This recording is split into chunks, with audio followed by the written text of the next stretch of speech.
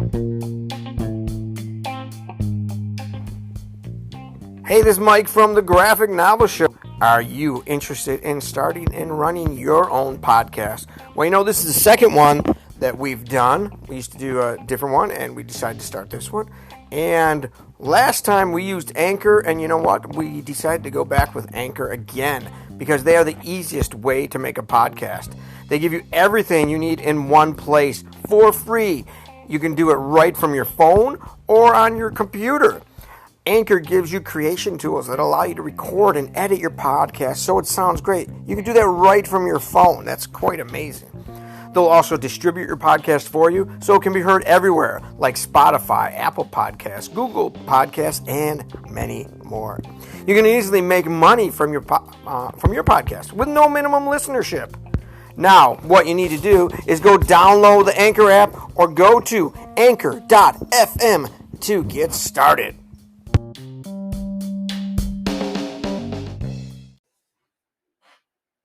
Hi, I'm Parker, and I use they, them pronouns. Hi, I'm Mike, and I use he, him pronouns. And welcome to the Graphic Novel Podcast.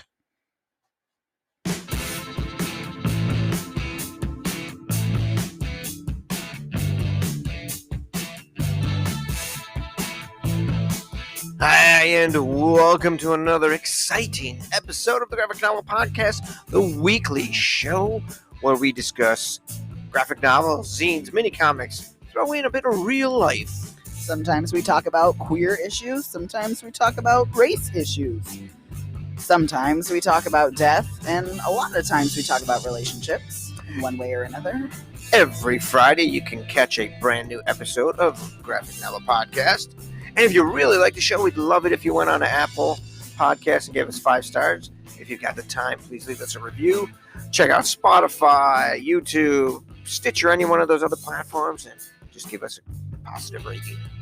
Make sure that you subscribe so every week when this podcast episode, the new one, goes live, it shows right up in your feed and is waiting there for you when you're ready to listen. Most importantly, if you want to help us grow, the best thing that you can do is to share us with your friends. You can interact with us on Twitter, Facebook, and Insta. Any one of those places. We're usually somewhere where you can usually find us. And we love talking to our fans. And if you visit us at anchor.fm/graphic novel podcast, you can leave us a voice message. How's it going, Mike? Oh, it's going good, Parker. Just trying to stay awake, but I'm doing fine. How about you? What is up with that? Why are you so sleepy? Well, you know, it's called, I get up at 3 or 4 o'clock in the morning to go to work. Did you get up at 3 o'clock this morning? No, I got up at 5:30 today. Okay.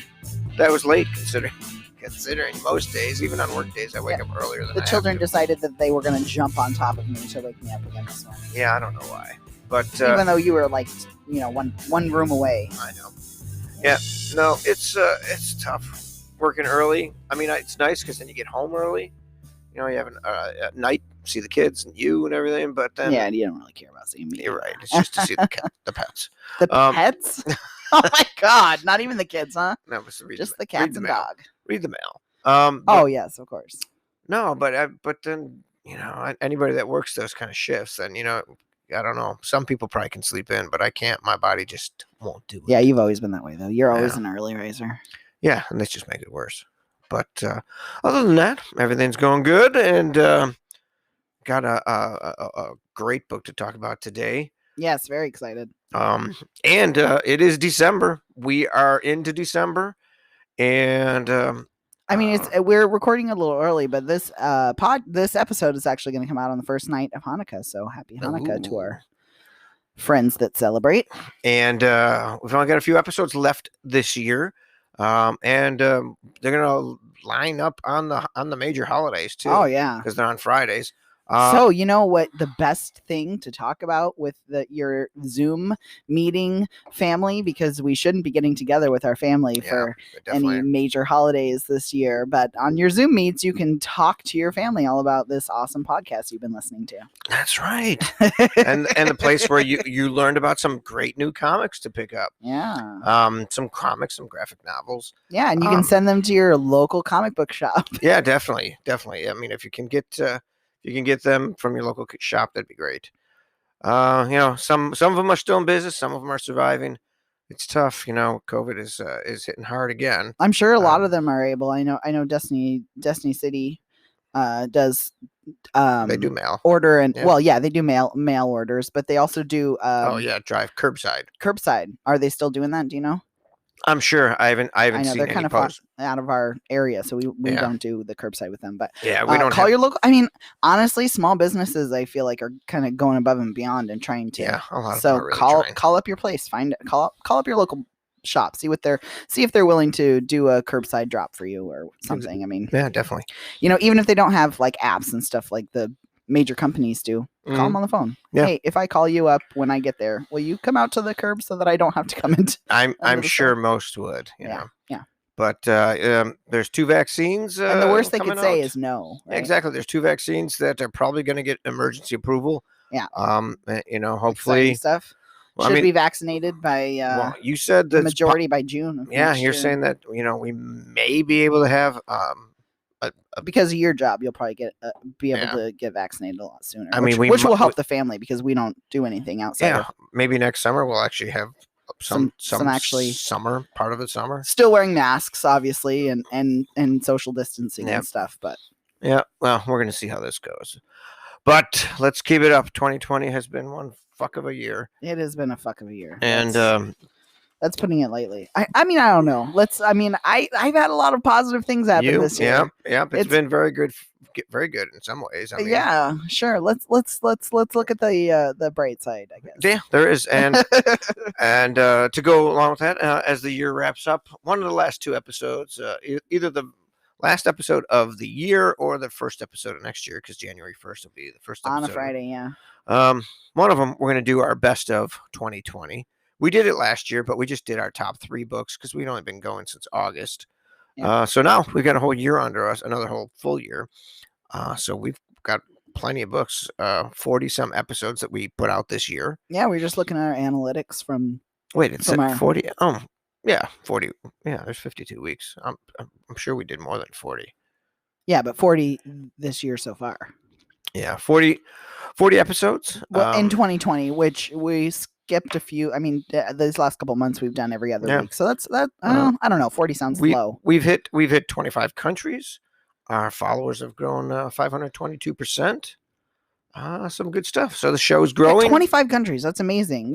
We love all of you. Thank you for listening. I mean, from the United States to South Africa. I mean, crazy. All over the world. Didn't we have a South African creator that we read? I don't know. It's possible. I don't remember. I feel like we read somebody. Oh, wait. Maybe not. Don't say it in case you're wrong. I know. I hate being wrong. You know how I hate being wrong? I do know that. I'm kidding. I'm just not wrong very often. And they are not kidding about that. They are not. All right. I am going to do... Stop. I am sometimes wrong. Oh, you are sometimes. I'm going to do a preview here. The book's called Happy Hour. It's from Ahoy Comics. And the creators are... Peter Milligan is the writer. Michael Montanat is the artist. Philippe Sobriero is colorist. And Rob Steen is letterer. Happy Hour is an interesting book. Basically what it is the government has made everybody into these fake people, so nobody ever is unhappy. They've all been programmed or operated on or something. I forget exactly what. Like a Borg chip installed. Something like that. And how you find out? I mean, the very first couple pages you see that there's some people get cracked over the head because they're anti-American kind of thing. That doesn't sound very happy. No. Well, because the government wants these people all to be like that, and they're not all like that. So this guy, him and his mother and sister are in the car. They're going to see their grandmother who's dying, and they're all laughing and like, she's gonna be dead soon. And that's how everybody is. It's like it's they just can't help it. Anyhow, they get that's like a disease, right? That you laugh when you're supposed to be crying. Well, that's a serious thing. Yeah. But what happens is they get in a car accident. The sister dies. I'm not sure what. Do they keep laughing? I'm not sure what the mother is. No, the brother ends up like in a coma, but he loses that ability, and he ends up going to like this reprogramming place where they try to reprogram it. Basically, like a mental hospital, where they're trying to reprogram back into this. And him and another woman find out that they're similar. She also doesn't. She wants to hate everything, and just like him. Really? Yeah. And that's kind of the story. So they're trying. First of all, sounds like I read the first 2 issues. What is it called? Conversion therapy. It it is kind of like that. Wow. And so it's pretty interesting. The first two issues. It's a interesting story. I like it. I'm going to keep reading it. Yeah. But that's from Ahoy Comics. It's called Happy Hour. If there was some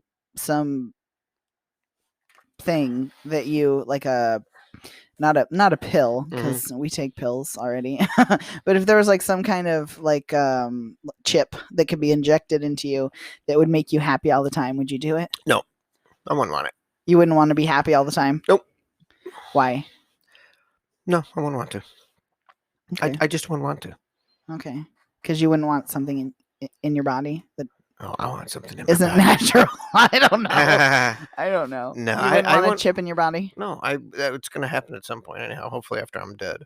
I remember that was like a big thing. Like everybody thought that we're people were going to start chipping babies and stuff, and you wouldn't even know that it was happening. Well, they do it to dogs. They just put it under the skin, and cats, Yeah, our dog is chipped. It's just this little tiny like piece. But it doesn't really give any information. But you see how big our watches are, and they're fucking computers. Imagine what they can get onto a little tiny piece of rice. Yeah, now we're injecting rice. That's what it is. It's like I know it's the size. I understand. All right. Anyway, that's interesting. I do you want to know if I would? I'm not going to tell you, so don't ask. Oh. I don't think you would. I don't think I would either. Yeah. You'd consider it though. I mean, it's intriguing, right? Like happiness. I think for me personally, like it's hard. I've spent so much of my life being unhappy that it's hard for me to imagine being happy all the time. Yeah. I just wouldn't want to. It just seems too out there. But I do think that like having a range of emotions is a healthy thing, and I can't imagine not having that. Yeah. I'm a pretty sensitive person, so not imagine, but you wouldn't know, right? Like you wouldn't know that your other emotions are suppressed. You would just feel happy. I remember we were watching that Star Trek episode last night. We're going to talk about Star Trek all the time now. Where they were at a funeral, and it was like a party. Yeah. Well, it's like I wish more funerals were like that. Well, that's kind of like an Irish funeral. I mean, is that what they do at Irish? How do you know about Irish funerals? Yeah, because it's kind of that thing. Sounds like some weird thing that you music researched. And drinking. But that's like my friend Newman. Yes, that's what your friend Newman wanted. He wanted that. I remember him talking about that for years. Loud He's like, metal don't music fucking cry. and a don't keg of fucking beer. Cry at my party. Just fucking drink beer and listen to loud music. Yeah, that's what he wanted to do. Metal music. Yeah. And just have a good time. Yeah, just talk about him and joke around and just. I unfortunately, he died, and his brother didn't do anything. I honestly, we should probably. I mean, you don't talk to half your friends now. It's never too late to have a memorial. It's never too late, but I know you don't talk to half your friends, so no, because of Trump, and that's why. Right, but I don't know. Maybe we should do it. Just us. We could Zoom call Al or something. Yeah, we could do that. I mean, I don't think Al likes metal music, but he would do it, right? Al used to go to the concerts with us. Oh, did he? Yeah. Really? Yeah. I can't picture Al at a metal concert. I know. Anyhow, all right. Let's get to this week's main. Oh yeah, heavy stuff this week. I found this book on. I don't know if I saw a tweet or an article about it. But it's called Crash Course. It's by Woodrow Phoenix. And, I saw it back. It was in summer, and I immediately ordered it. And it's a really good book. And Parker's going to tell you what it's about. This book demands each of us look in the mirror and get real before we get behind the wheel. when fragile human bodies have to occupy the same spaces as big, heavy, complex machines that can travel at high speeds, the outcome is inevitable. Some people will die. So why do we identify with the driver in the car rather than the person they've killed? Would you still shrug and chalk it up to random bad luck if that dead person was someone you loved? Using the comic book format, this book vehemently dispels the notion that traffic accidents are inevitable and or acceptable on any level, insisting that drivers own their responsibility and consider the consequences of careless and dangerous behavior. It is part thought experiment, part testimonial, and part indictment of a dysfunctional transit environment that puts convenience for drivers ahead of logic, natural resources, and even ahead of human life. Crash Course questions the decisions that shape all our lives. Why don't roads serve everyone who needs to use them? What makes some people not worth protecting? Where do we start in fixing a broken system that facilitates the use of vehicles as murder weapons in places like Charlottesville, Virginia? Woodrow Phoenix is a writer, an artist, and a designer whose work has appeared in publications across Europe, Japan, and the U.S. His previous books include Plastic Culture, How Japanese Toys Conquer the World, Belt Mistress, Creature Couture, and the giant graphic novel She Lives. Woodrow grew up in South London after his parents emigrated to the UK from Ghana. Or Guyana. Guyana? It's not Ghana, it's Guyana. Oh. He lived in Ghana's Ghana. Yeah, I think you're right. Yeah. He lived for some time in the U.S. in Los Angeles and Brooklyn. Currently lives and works in both London and Cambridge and spends a lot of time driving in his Mini Cooper 1. It's from Street Noise Books, and it is $16.99. It's a black and white book, 200 pages, with some references in the back. Notes based on stuff, because this was a book, first of all, that he when did it come out? 2013 or something. The original one came out. Oh, for in the UK. Yeah, I think 2013 or 2015. Yeah, it came out in the UK, and he decided to come to the US and spend time here, and rewrote it for the United States. And, understandably, I mean, well, yeah, it's one of the bigger car culture areas, and most of the stuff that he talks about in the book is stats from New York. Correct. Here is a Crash Course extensively revised and updated version of Rumble Strip, originally published in 2009. So that's oh right, Rumble Strip. That was the original one. So I mean, this is 10 years later, 11 years later. So some things probably changed, but he. The book is very... Well, it's updated from then. I mean, he has stats from 2019. Yeah, and, I mean, he talked like in the Charlottesville. Yeah, Charlottesville, which was 20. Yeah, it's 18, and the book. All right. I mean, it just came out in August. This version. Yes. Now this is something that we've talked about for years. Yeah. I was a bike messenger for 7 years. Yeah. And I was a bike messenger for few months, 3 months. Yeah, no, but I mean, I was. And then I got a real job. I was a bike messenger in Buffalo, New York, in the snow all year round. Yeah, I did it in the summer. Once the summer was over, it's like, yeah, I gotta get out of here. But I was lucky. I was a very lucky person. I never got in an accident. I was never injured. Didn't break any bones. Any of that. Yeah, but I remember one of the first things you taught me when you were training me was watch the mirrors. Watch the mirrors. Oh, yeah. If you see somebody in a the car, yeah. If there's a parked car, and you see in their side view mirror, you see somebody sitting in the driver's seat, move out of their way, because they will open those doors and what is it called? Door you. They'll door you. Yeah. No, and then that's it, because you're fucked. Yeah, I mean, there's people that are lucky. People that have hit it, flipped over, and stood up and walked away. Yeah. And other people who've died from it. So, I mean, it goes from one extreme to the other. But and it's not you don't want to be that. You know, you don't have your helmet on tight enough, and that's you're dead. You know, yeah. It's not a lot of time, and not even that. Sometimes you just hit wrong, and it's just, you know, there was nothing you could have done to prevent it. And even if you are being as careful as you can, especially, I mean, in New York, I think they have laws about how much you can tint your windows, but like I think about here when I'm riding my bike on the street, I've tried to see in windows, and a lot of times you can't. So if I can't see in a window, I either move to the sidewalk, which I don't belong there, or I move further out, which is scary as well. But it's worth my life, No, I agree. When you can't see if there's somebody there or not, and you know that it could mean they open the door at you.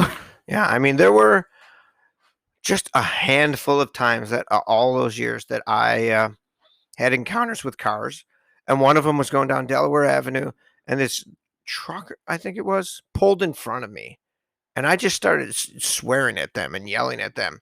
I followed them all the way to where they were going, to a business, and I just fucking yelled at them because it's like, Jesus Christ, you fucking pulled right in front of me. And you always had this bright, I mean, during the winter, you always had this bright yellow jacket on, and during spring and summer if it was raining too, but you always had this bright yellow jacket on. Like your bike was bright red, like, and it was a big bike. You had a big what was it called? Thing on the back, extra cycle. So it wasn't like you were on a street, bike like they use a lot of times, weaving in and out of traffic. You didn't, you weren't on a unicycle. You were never one of those. Not what the typical. When I think of a bike messenger, I mean, I think of you first, obviously, but when you think of bike messengers in like New York City and stuff, they're weaving in and out of traffic, and they're on those track bikes. And just, I was always you were always safe. I was always pretty careful. I always wore a helmet and everything. Yeah. But the point is, these cars don't care. They just rode in anything. And another thing that we've always talked about is I've always yelled in Buffalo. If you want to cross the street, you better have a cross signal, because nobody's going to stop for you. When we moved out, even when they don't have a cross, Buffalo. I'm sorry. I mean, I think it's that way here too. But when I moved, it's less here, a lot less here. I was 17 when I moved from here to Buffalo, New York, and I remember the ridiculous amount of times that I saw people run every light you went to. Somebody was running a red light. Yeah. So when you got pulled up to a red light, or pulled up to a light that was turning green and the other side, you waited. And they actually put a delay between when you're like here, when the opposite direction turns red, almost immediately, like, snap of a finger. There's some places it's not. I drive a lot. There's some places where it's quite a bit of delay. Oh, really? Yeah. I feel like when we went to Buffalo, it was like, oh my God. I'm sitting here forever, and then it flips. The interesting thing was, you always told me how the drivers out here was so much better. And then when we moved out here, I'm like, I don't know what you're talking about. They're not that much it was better. Weird. We came back here, and it was like the drivers got significantly worse. But my parents used to be able to pick out California drivers. Because, that was they were a big thing. Yeah. I mean, but you go to, again, we went and visited LA, and it really is it really is strange the way that they drive. 75, no signals. Nope, they just move in and out of traffic, and I mean, I don't know what their accident rates are, but LA is a terrifying place to drive. We didn't see a lot, but I said, while we were there, once I understood it, you just fucking move, and you just move in and out of traffic, and we always used a turn signal. Yes, but we were able to stay up with everybody, and just, as long as you just pay attention. I remember my best friend Melissa telling me, because she lived in LA, and I remember her telling me when she knew we were going down there, she's like, just be careful when you're driving, because people are nuts driving. And I don't know that she even drove a whole lot there when she was there. She must have. Maybe she drove down there. I'm not sure. I should ask her that. But anyway, I remember her saying how terrifying it was to drive in LA. Well, and warning me, right? Well, be careful. So the other thing I was getting at was, we always talked about. Oh yeah. People are pedestrians. Everybody's a fucking pedestrian. Everyone. That's what's so ridiculous. You get out of the your moment car, you get out of your car at the mall, you're a pedestrian, and he talks about that in the book too. Well, that's why. Yes, when I read that in the book. That was the first thing you thought of. Yeah, me too. Because everybody is a pedestrian at some point, but they don't drive like they're a pedestrian ever. Exactly. They'll drive like a fucking asshole. Then they'll get out of their SUV like and walk like, I'm a pedestrian now. I don't fucking need to worry about what you were doing. Just they don't get that they're a pedestrian now. But when you get in your vehicle, you have to pay attention to the other pedestrians around you. Yeah. I mean, people are really ignorant like that. Yeah. And this book goes through so many different things that, I mean, the very beginning is just this great analogy with like a piano mover. Oh my God, that was holding a giant grand piano, and you don't have an option. You've got to walk under that thing. Yes, holding it like over a street, like in New York City, because they're moving it out of a window and they have to lower it down to the street. And either you go around it or no, you don't have an option. You don't have an option to go around it. Right. You got to trust that those ropes are going to hold tight. Right. And trust that the movers are paying attention to what they're doing. Exactly. Because that's what driving a car is. Everybody around you. And if you're a fucking pedestrian and you're walking, you have to trust that the people driving the cars are paying attention. You have to. Yes. You don't have an option. Right. I am actually a professional driver. And what? Yes, I'm a professional driver. And it bugs me so much watching cars pull in and out and pull in front of me without signaling. Right, yeah. But then they'll make a turn and signal. But you just pulled in front of me and I had to slow down because of that. You didn't use a signal, but now you're turning where there's nobody. It's so hard to understand the people who will cut you off. They cut right in front of you in a lane and then use their turn signals to change lane again, but there's nobody that they're going in front of. Oh yeah, or it makes no sense. Or they do that. They pull in front of me, like to go from, like I'm going, one way and they're coming from the opposite way and they have to make a left in front of me. Yeah, our listeners can't see you with your No, exactly. And they have to make a left in front of me. And I'm driving a 60-foot bus and they pull in front of me. I have to slow down and I look in my rearview mirror and there's not a car behind me and there was no cars in front of me. And it's like, right. And you had to risk your own death with this vehicle, number one. That's and all the people on my bus too, that you put at risk because it was important for you to pull in front of me when there's nobody behind me, and you could see that. And he talks about that in the book too. Is the size of the vehicles? Yes, that everybody is. Oh, I gotta size up, and I mean I'm guilty of that. We drove this tiny little car for a long time. Long time. It was 7-8 years. And I love the car, but every time I drove it with the kids in the back, it was a hatchback. There was like very little space. And if I'm driving between two pickup trucks, my kids are dead. Like I could potentially be dead. There's so many bigger vehicles on the road that I was terrified to drive that car with my kids in the back.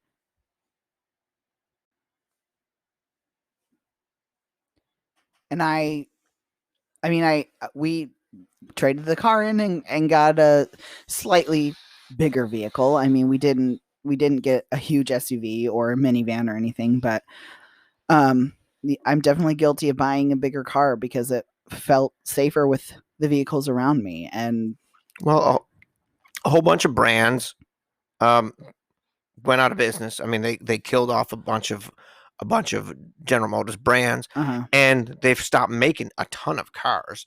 Right. Small cars, for the most part, they don't even make anymore. Right. Because people are buying pickups and SUVs here in this country. And then when you, around here, a lot of the trucks that you see, I assume are because they do things like farming and horses and all. They need to be able to pull weight. I like to assume that that's why somebody buys a truck. I know for sure that they're not all for that. I've already seen snowmobiles out on trucks, and they that's what they do. They carry them on their trucks. Exactly. I mean, this is an area that does a lot of outdoor extreme sports kind of stuff. Activities, yeah, I don't know that they're all extreme sports. I guess that was a little much, but yeah.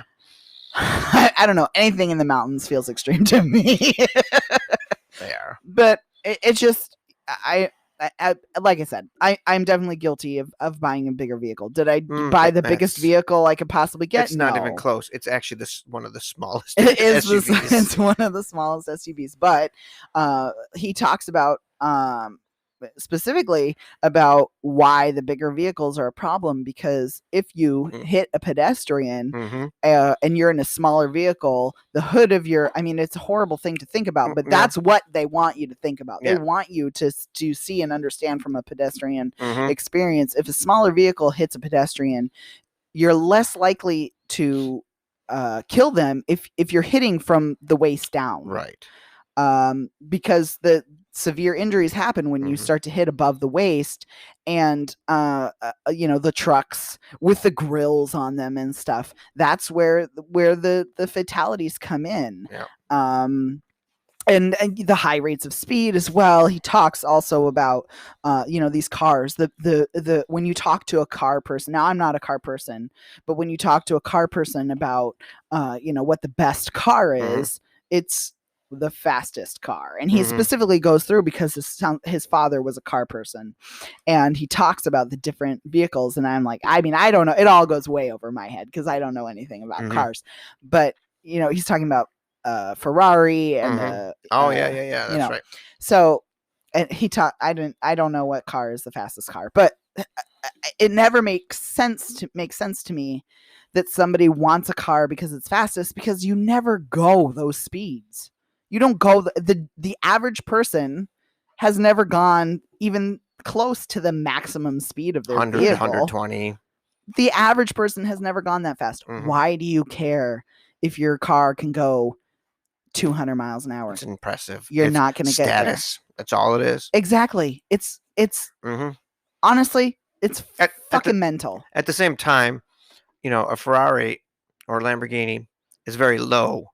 Now they're going to hit somebody at a high rate of speed, but they're going to hit them very low too. So maybe. Yeah, but if you hit somebody at a high rate of speed and their head bounces off your windshield, that's different. So one of the stats that was extremely graphic, and one of the stats he has in here, he says that motor vehicle crashes are a leading cause of death in the United States, with over 100 people dying every day.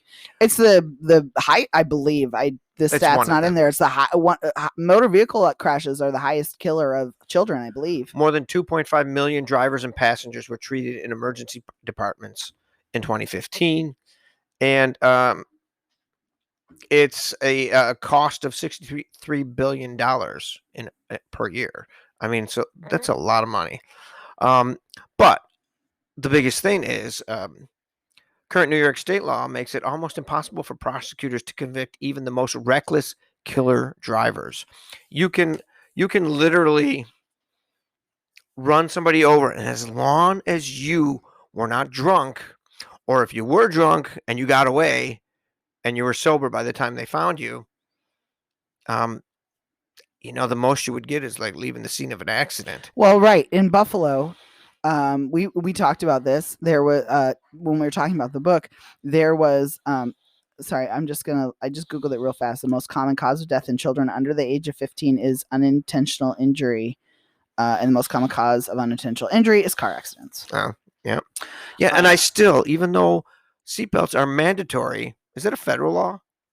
I have I doubt it. No? Maybe. There's got to be some kind of federal law, but states, I think, are more. National Highway Transportation Safety Administration or something. But anyhow, I've seen kids like fucking crawling around their back seats. Oh my God. I remember doing, not a whole lot doing that as a kid. I remember my parents being, because it wasn't mandatory. No, it was a car seat, and I don't remember ever being in a booster seat. I remember being in a car seat, but not nearly as long. I mean, our 5-year-old is still in a 5-point harness.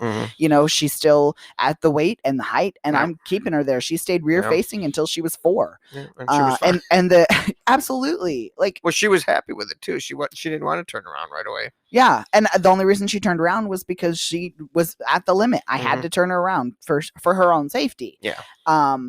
But I am a firm believer in following car seat safety guidelines and following the safety. Like the minimum is 2, I believe. They want you rear facing until 2 years old. In the state, I don't believe that's a federal thing, but in the state it's 2. And so I knew that my kids were going to be rear facing until they're 2. In fact, our oldest rear faced until 1, when our doctor said turn them around, and then I went home and did research, and I decided nope, I'm not doing that yet. And I turned them back around again. And I remember you arguing with me a little bit, and then I showed you all the research, and you're like, all right, whatever. That's how it usually works. But it I mean, we went off into this again. Now see, we're doing exactly what they're talking about. what he's talking about in the book. We're talking about the people in the vehicle and not the pedestrians who are at risk. We talked too when we were talking about the book about our trip to Italy. We went on our honeymoon to Italy, and we noticed how if somebody was crossing the road, if a pedestrian was in the road, everybody stopped. A car would be going cars 60. They would drive stop on a dime. Fucking nutty. I couldn't believe the way that they drove in Italy, but if there was a pedestrian in the road, they stopped. Because, and I'd be interested to see the statistics on pedestrians, like what we have here, pedestrian injuries and stuff, because it was definitely an interesting thing to see there. Now, I've seen multiple. I'm pretty sure my brother-in-law's uncle accidentally ran someone over. Yeah. And he killed young boy or a teenager, and and it's sad. A teenager, and that's it. Their life is gone, and that's it. Well, and it wasn't the kid's John fault. Gotti's kid was killed, ran in the street and got run over. The guy disappeared. I mean, the guy that ran him over, he disappeared. Wow. But in 1 week time, back in Buffalo years ago, I believe it was like a week, I saw 2 people get hit by cars. Oh, really? Yeah, the one guy flew. Jesus Christ. But, I mean, it's unfortunate, but yes, it's no different than... It's not unfortunate. It's disgusting. Well, it's disgusting, especially when you see the way that these people get off. Well, what I'm going to say is related to that, it's like when there's a shooting, who do you know? Who do you hear about? You hear the name of the shooter over and over and over and over and over and over and over. Oh, yeah. You don't hear anything about, okay, there was 5 victims, and that's it. If you hear their name once, that's it. Yeah. But again, there's accidents. Accidents happen. Some kid runs out in front of you. You didn't see it. There was one that happened here. But I'm sorry, did you not see it because you were looking at your phone? Well, yeah, that's a big thing. Is that an accident then? I don't think that's an accident. It's still an accident. It's ruled an accident, but I don't think that's an accident. It could have been prevented. It's no longer an accident. Did you intentionally run that kid down? No. Could you have not looked at your phone? Absolutely. Yeah. Should you have not looked at your phone? Yeah. You should not. And they can pull up your phone data, and they can know whether you know. Yeah, but do they? I don't know if they go that far. I mean, maybe if it was, I would assume they only go that far if it was somebody important, honestly. Oh, probably. I can't imagine that they, based on the information, especially in the book, I mean, people get no penalties for running. Well, like I was trying to say earlier, in Buffalo, it might have been the year we left Buffalo or the year after we left. I can't remember what year, but there was a teenage girl skateboarding or walking with her skateboard. It was something like that outside of the city, Williamsville or something. Yeah, Williamsville or Orchard Park. I mean, I know those are different, but it was one of the suburbs. Dark street. It was not. It was dark out, and this lawyer ran her over and hit her, and then he took off. Oh, that's right. He hit his car too, didn't he? He hit his car. Because he was drunk. Because he was drunk, but you couldn't prove that he was drunk because he hid long enough for his blood alcohol level to come down. Yep. It's no different than the football player whose name I will not mention because he's loved in our community for whatever fucking So this happened in 2008 in Buffalo. Oh, 2008. Okay. Yep, so that was actually long before it was a hit and run. He had his license revoked. And he said that it was down in the Chippewa area, which was where it was the hot spot. Oh, you're talking about this other one, the football player. Yeah. Okay. I thought you were talking about the lawyer. Oh, no. I'm pretty sure that guy was a lawyer. They ran over the teenager. I think you're right. I'll look that up too. But. Okay, so the football player hit in the party. Okay, Chippewa, if you don't know Buffalo, because we probably don't have many listeners in Buffalo. Chippewa is like the party that was where all the bars are downtown, where the clubs are. And he's driving through there. He runs somebody over. He didn't kill them. It was a hit and run, but he took off. And he called his lawyer, I think. So he knew that he hit somebody, but he didn't want. Was he drinking? He had alcohol or something, so he didn't want to. It was. We're giving enough information that you can look up the player if you want to know. He apologized. And I think that he did some stuff afterwards to he apologized. At least attempt to rectify the situation. Admitted that he was behind the wheel, but he tried to hide from it for a while. Yeah, for sure. Did you say that she was killed? You said she wasn't killed, right? I don't think she was. Okay. Anyway, so it wasn't something that was like a rare thing to happen. But anyway, I wanted to pull up some statistics that Woodrow Phoenix has in the book. In 2017 in the United States, almost 5,977 pedestrians were killed. 5,977 pedestrians were killed in the United States in 2017. This is equivalent to one person dying every 88 minutes. More than 16 people a day, almost 115 people every week. 18% of pedestrians were killed in collisions using a marked crossing at the time, and the main cause of these crosswalk collisions was driver inattention. Now, I think I remember from driving school, which was 20 years ago almost now, that pedestrians have the right of way always. They do. So how come they can get cited for jaywalking? If you're black. Okay. Because that's just some stupid law. I don't know why. But it doesn't make sense, right? Because jaywalking is generally crossing where there's not a cross, or crossing a diagonal or some stupid ass thing. Okay, right. You're not in the marked crosswalk. That's jaywalking. But I mean, so as a person who is a rule follower, I like to cross in a crosswalk. Not because it makes me feel safer, which it does, but if we're on an empty road, I still get nervous crossing it. Not because I'm worried about the traffic, but because there's no crosswalk there. I mean, even crossing our street here, which is just a little, residential street. Yeah. I still get a little nervous if I'm not in a crosswalk. Yeah, no, I know, I get it. I don't know why it is a law in most places. It's to cross or walk in the street or road unlawfully or without regard for approaching traffic. Okay, so this is supposed to be. Now, I realize that cops will find any reason to, and he talks about that too, driving while black. You'd forget to signal and suddenly you end up in jail. Yeah, exactly. Sandra Bland is the person that he references here, who, in the book, who pulled over and then ended up being arrested for not using a turn signal. And then died by suicide in her cell after being arrested for something so absolutely ridiculous. I believe it was ruled a suicide. I don't remember if it was something that they thought was questionable, whether she had actually done that or not, because obviously being in prison or being in jail at that point was traumatizing beyond belief. I can't even imagine. And luckily, that won't be something that happens to me because I'm not black, right? So I'm not going to be put in jail because I don't use a turn signal. It happened in Texas, and she was found hanged, but I don't know. Right. It doesn't talk about whether she died by suicide or not, or whether it was ruled that way. Yeah. Okay. Anyway, and he does talk about Black Lives Matter. In discussing the way that our justice system works too, because it's just, it all works together, Sure.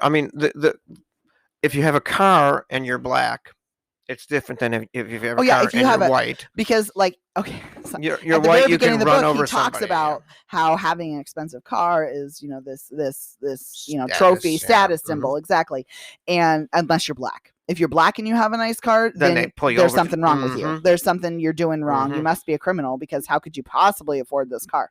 Well, I think I've read where black politicians, absolutely, driving or football players, they get pulled over because they're driving a nice car, and it's like, okay, what are you doing in this car? My car. Yeah. Well, and politicians too, they aren't always. Football players, I feel like, tend to be their names recognized a bit more. Politicians less so. Right. But even not always. Look what happened. Wasn't a Seattle team player? I can't remember his name, but I swear they were in Vegas or something, and there was something happening, and one of the football players from the Seahawks team was either arrested or he was given the thrown to the ground or something. Like, they thought that he was because he fit the description of a black male 6 feet tall or something. It's like, okay, every black male, in this area, like every single one of us that's 6 feet tall must be guilty of this, and you're gonna fucking harass us. And every one of them is 6 feet tall too. Every black man is 6 feet tall. Around, I guess, not really. Well, no, that's my point. A lot of times they say that's what they say. Oh, okay. Okay, I gotcha. Yes. Anyway, I don't know if we even... Okay, well, I did mark a few things in the book because I wanted to make sure to talk about them. We haven't even talked about the artwork. I know. I was just thinking about that, too. I was like, oh, shit. That's usually the thing we talk about. Let's talk about that, and then you can... Because, you know what? Honestly, the artwork was really fucking powerful to me. Yes. It's black and white. It's streets. It's there's no dialogue. It's basically right. There's not characters. No, the only characters are like people that the people that you see in the cross signs. Right, the crosswalk signs. Mm-hmm. Yeah. Those are the only characters that you see in the book, and yes, the entire book is street scenes. It's all street scenes. It's all streets, turn lanes, parking lots, arrows. Street buildings, circles. I mean, just everything, and it's just this spoke to me too. The ghost bike. Yep.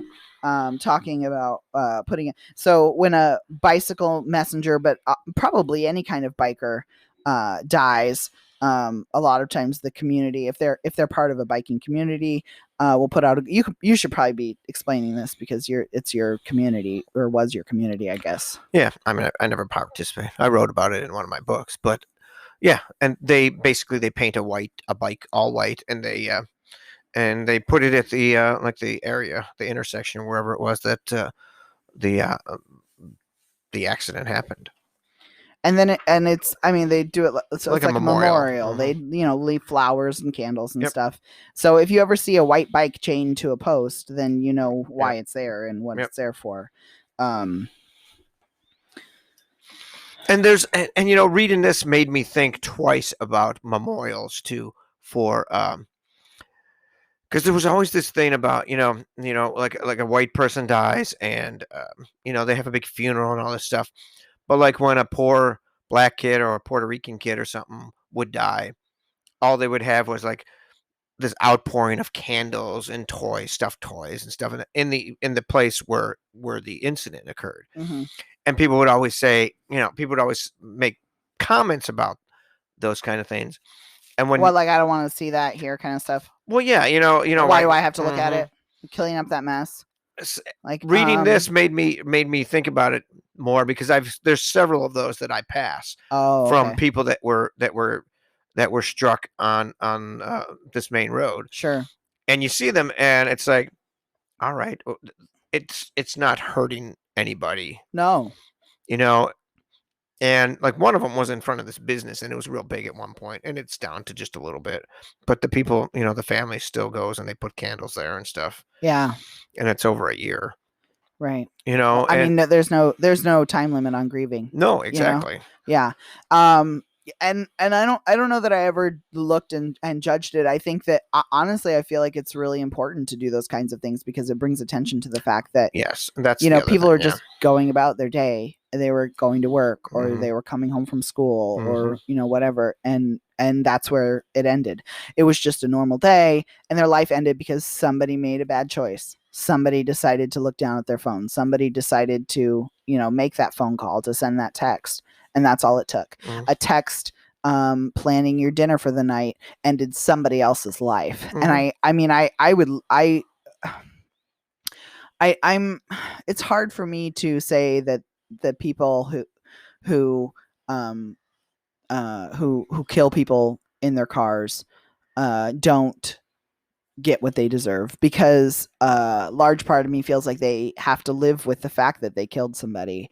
And I do think that the punishment is not severe enough. They're not, And severe isn't probably the right word. I honestly I don't really believe in jail at all. I think that we need rehabilitation.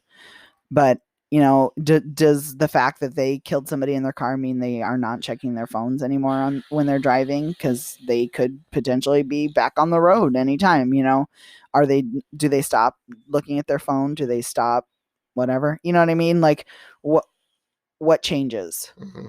What changes have we made? I see people on their phones all the time. There's a law against it. People don't seem to care. Yep. I don't see people getting. Have you seen anybody talk to anybody? None of my friends. I mean, granted, my friends probably aren't talking on their phone while they're driving, but the amount that I see it happening, I find it hard to believe that people are really getting severely. I mean, like with the phone up to their ear or up to their mouth, talking. Oh yeah, holding it in. Yes, their hand. I don't get that. It's never changed. Yeah, go ahead. You. Oh, okay. So this was talking this page to this other page that I marked, discussing demonstrators in public spaces. This year we had a Black Lives Matter protest across I-5, and a trans person was struck by a vehicle. Two trans people, more than two trans people, but two trans people were struck. One died. The other severely injured and still struggling. And this was back, I want to say May or June. This is by a car that purposely went onto the freeway when it was closed. Onto the freeway when it was closed, and the state police had intentionally ran through. Yep. And it makes me think about these protests, and he talks about the protests. So and how the intentional ones are the ones that get more. You have a chance of getting them in jail, like the Charlottesville one. Right. Well, I think he's in jail for life. Yes, he is. He talks about he has several life sentences, I believe. But yeah, the one in Seattle, I don't know whatever came of that. I believe he was somebody though. He was like I don't want to say who it was because I'm not certain about about it. But the point is these demonstrations, and he talks a lot in the book about how people in cars just need to, want to get where they're going, and they're in a rush, and where they're going is more important than where anybody else is going. And that's what each individual person is thinking about in their car. And it's like, how dare you protesters take up my time? And I hear that all the time. Go protest in a park where nobody cares. And it's like, no, this is an important cause. And being on the streets is what gets us the attention that this cause needs. And the fact that you don't fucking get that is why I'm on the freeway. Yeah. I remember you talking about in Buffalo when the native tribe burned tires on the throughway that went through the reservation. Yeah. That was the only way they could do anything. They could stop traffic. And it brought attention. Yeah. It brought attention to the problem. And I mean, it's been a huge, how many marches across bridges and closing down traffic? Like, those are the things that you hear about because that's what brings change. They're not being unruly. They're not doing anything illegal. They're not, breaking shit. But it's called civil unrest for a reason. Like, we need to bring attention to this cause, and the fact that you think that you should just be able to run people down with your car is such a huge problem. He compares people to spam. Yeah. And when you are a pedestrian, you are spam out of your can. Yeah, exactly. It's terrifying. And not something that people, and like you said, some people are a pedestrian always. There is not always. They are always a pedestrian at some point. When they're walking, through the parking lot, whatever. And I think that that's, really a key thing is to think about the fact that everybody is a pedestrian at some point. And I remember I went to Vancouver with a friend, and he was from New York City, but he hadn't lived there in a while. But I remember crossing a street with him, and it was a busy street. And I think there wasn't a crosswalk. So we were jaywalking, which I really never do that. And we were in Canada too. It's probably a really bad choice. if it was really a crosswalk, I feel like, or not a crosswalk, I feel like I wouldn't do that. But he kind of started to go across, and then I was like, fuck it, let's just go. Like, it was clear enough, like there was cars, but I was just like, come on, let's just go. And I just start, and he, I think I scared him a little bit because I just like went. Yeah. And I mean, I didn't like, I always feel like I feel like I own the street, and I feel like I have to cross that way, because if you don't cross, if you are walking like you own, like I don't ever go slow. I don't, which I mean, you should be able to cross at your own leisure, right? But I don't ever go slow, but I cross the street and I just, you know, I own my space. But all it takes is one car to not give a shit that I'm owning my space, and that's the end. Well, exactly. And I mean, that's I don't know. It's kind of, I don't know.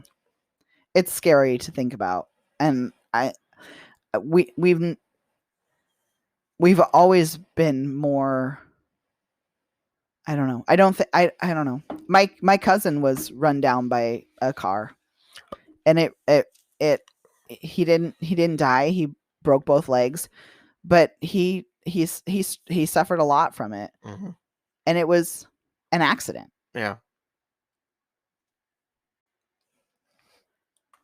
I believe it's been a while now. The guy fell asleep at the wheel. He had just come off of third shift. Fell asleep at the wheel and ran over kids who were in a PE class. Yeah, I remember that. Killed one kid, teenagers, you know. My cousin ended up breaking both legs. You know, so, but you know, should he have gotten behind the wheel when he was so tired? No. Well, that goes go ahead to the Seattle thing. I looked it up over here. The person who was driving the car, it was during Black Lives Matter, and it was in early July. Oh, okay, it was July. For some reason, I thought it was earlier. Yeah, okay. No, it was early July, and he was a black man, and he says that he was going through Percocet withdrawal. Now you're going through withdrawal. Should you be behind the wheel? Absolutely not. So maybe he, had some mental illness or some substance abuse problem where his ability to think properly was affected. But at the same time, he killed somebody.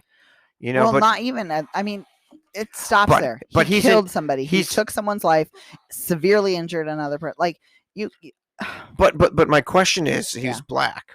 So is he in jail because he's black? Oh, I'm sure the punishment was more severe. Or is it because the freeway was closed right there and he purposely drove? So if the person had been white, this punishment probably would have been less severe, is what you're asking, what you're saying. As of September, he had been charged with 3 felonies, but he had pled not guilty. So I mean, he's just probably awaiting trial or something now. Right. But yeah, so, and again, is it because he was a black man? Yeah. I mean, but I know that. But again, the punishment, is it the same? It's always going to be worse. It's always going to be worse if you're a person of color. It just is. Yep.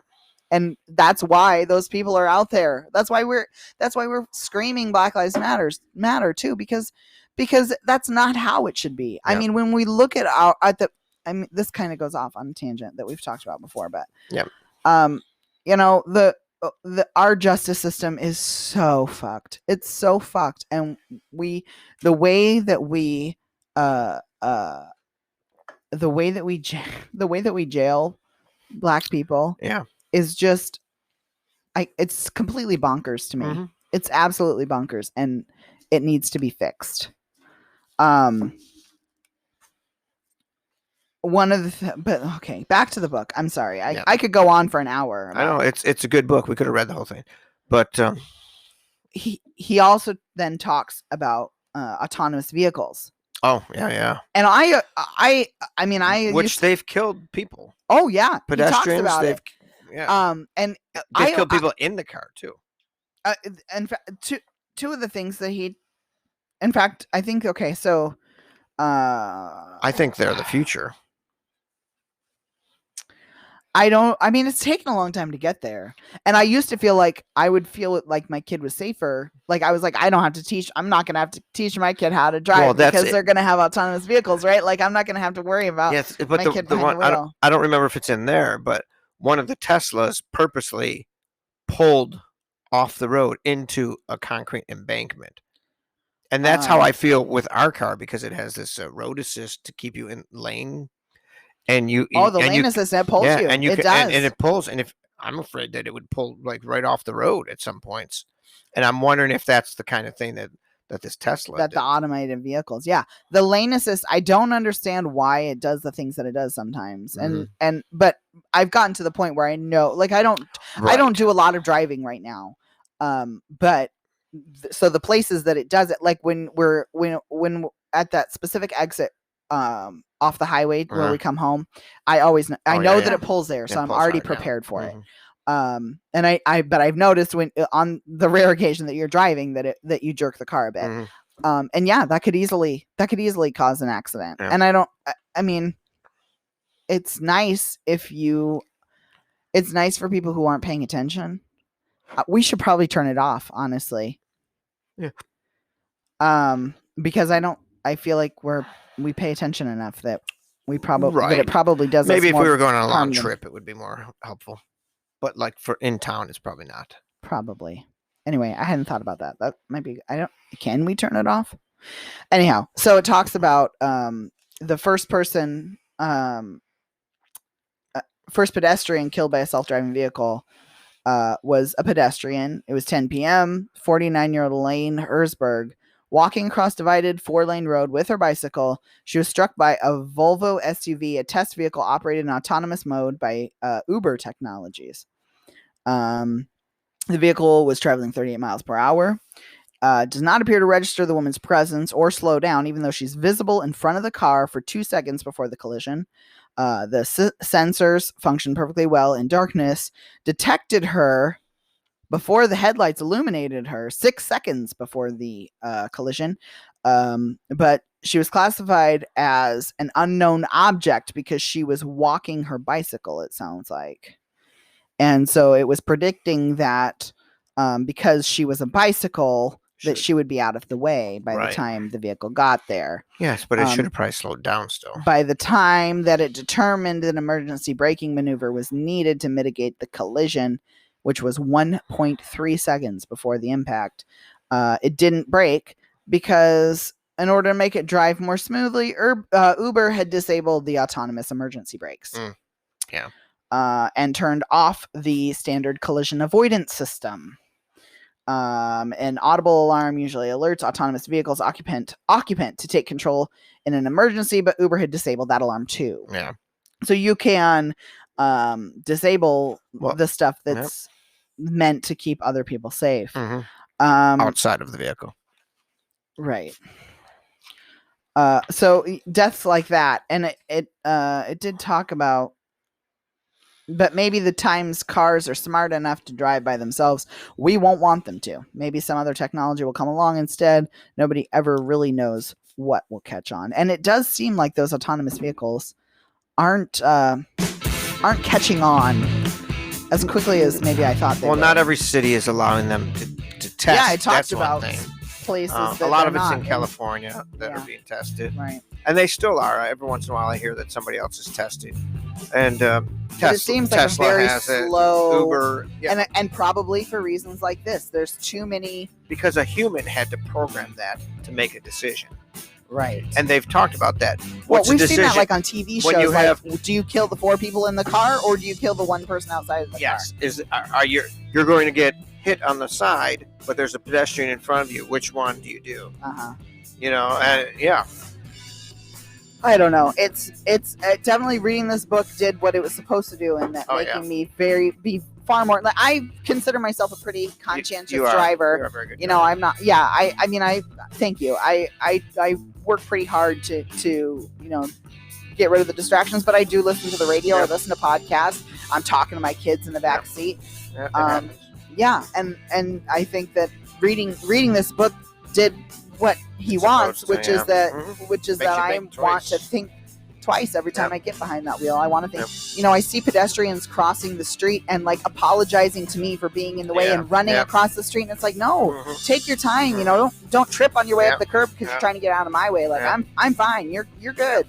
I mean, great book. Just a fucking amazing book. Crash Course. Crash Course. by Phoenix. And you can find him on Twitter. He's in the UK, right? Yeah. You can find him on Twitter, though. I had it pulled up. I think it's at Mr. Phoenix. Yeah, I think that was it. And follow him there, and you can find the book too. It's well worth the read. I was drawn in and just thinking about all the things in my life that, oh man, every time. Yep. Anyhow, we ran all the way through that. But good book. And thanks for listening. Until next week, my name is Mike. I'm Parker.